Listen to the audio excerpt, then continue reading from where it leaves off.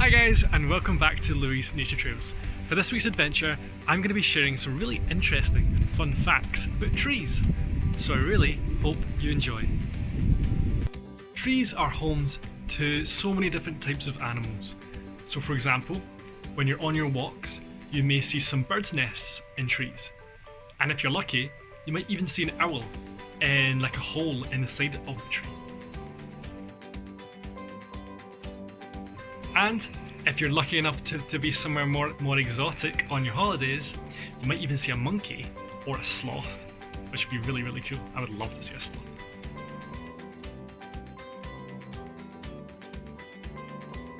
Right at the top, where the trees meet, that is called the canopy.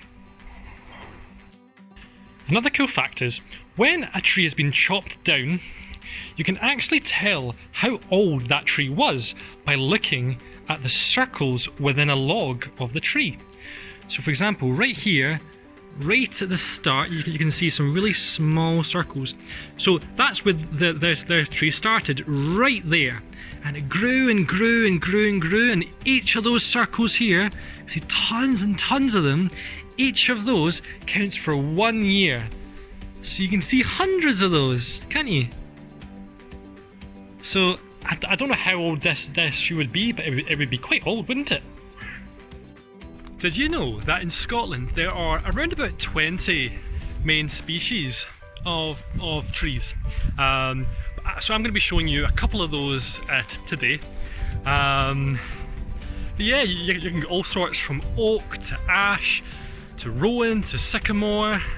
So maybe if you're on your walks, you could try and spot as many as you can and take some pictures of their leaves, of their seeds and their colour, especially when it comes to autumn, because obviously their leaves will be turning orange and red and purple and all sorts of vibrant colours.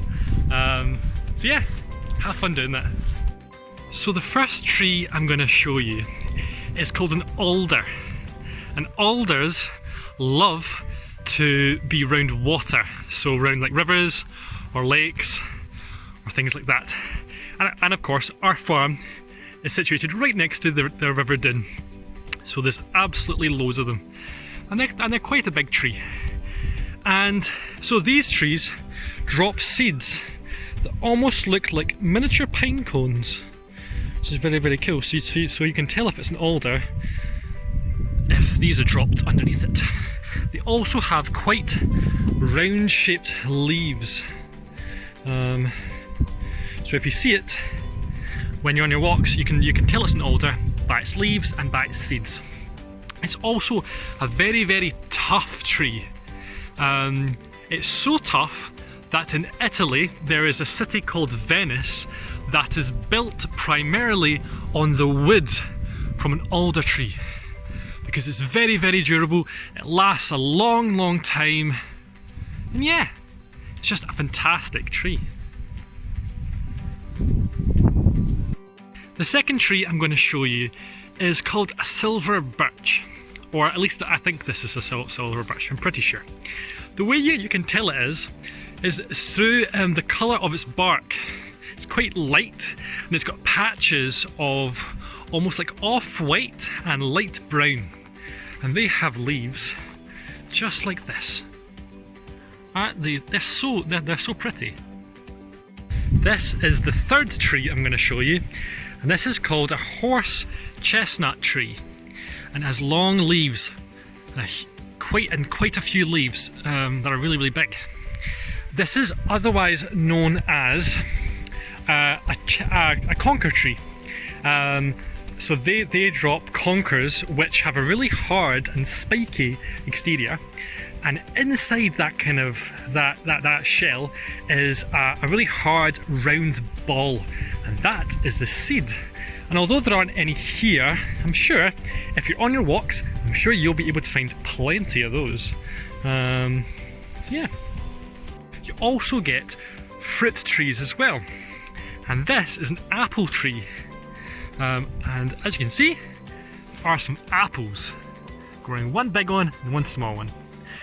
and we love having them here because we can make jam out of it, we can just eat them like raw, we can put them into cakes, into all sorts of things. We absolutely love them. You can also get really small trees like this one here. This is called a bonsai tree, and this is basically just like a miniature version of a tree you would find in the wild. This one is maybe the size of a piece of paper. And the way people do this is they need to continuously cut the leaves, cut the roots, and just make sure that the tree doesn't grow too large. And this can take years and years and years and years.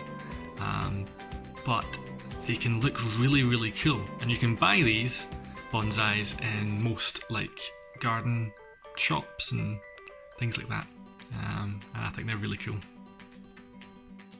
Although most trees will lose their leaves in autumn, some trees are said to be evergreen, which means that they stay green all year round.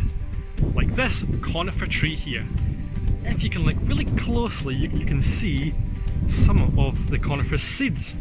Those seeds will hopefully spread out into nature, and hopefully, if we're lucky, they will sprout new trees for next year, which would be absolutely amazing. So I've been walking around my farm trying to find you all some really tall trees, and it got me thinking, how tall is the tallest tree in Britain, or even the tallest tree in Scotland? Well, I found out that there is a tree called the Douglas fir, located in Inverness, which is at the top of Scotland, and it stands 66.4 metres tall. And if you think about it, that is 15 buses, one on top of the other. That is gigantic! Like, what? And then it got me thinking, well, so there's some really tall trees out there, but actually how many trees are there in Scotland? Maybe 1 million, maybe 2 million? Nope, I found out that there is 2 billion trees in Scotland, all helping to pump out oxygen for us to breathe. Isn't that amazing? Like 2 billion, that is, wow. This next fact is one of my favourites. So there is a tree in the centre of Scotland in a place called Fortinghall, I think it is, and it's called the Fortinghall Yew. That's the name of the tree, and it is believed to be between 3,000 and 9,000 years old, which not only makes it one of the oldest living things in Scotland, also in Europe, which is like amazing. So I really hope you enjoyed today's video, and I hope you learned something about trees. If you did enjoy it, I hope you can join us on our next adventure. Bye guys.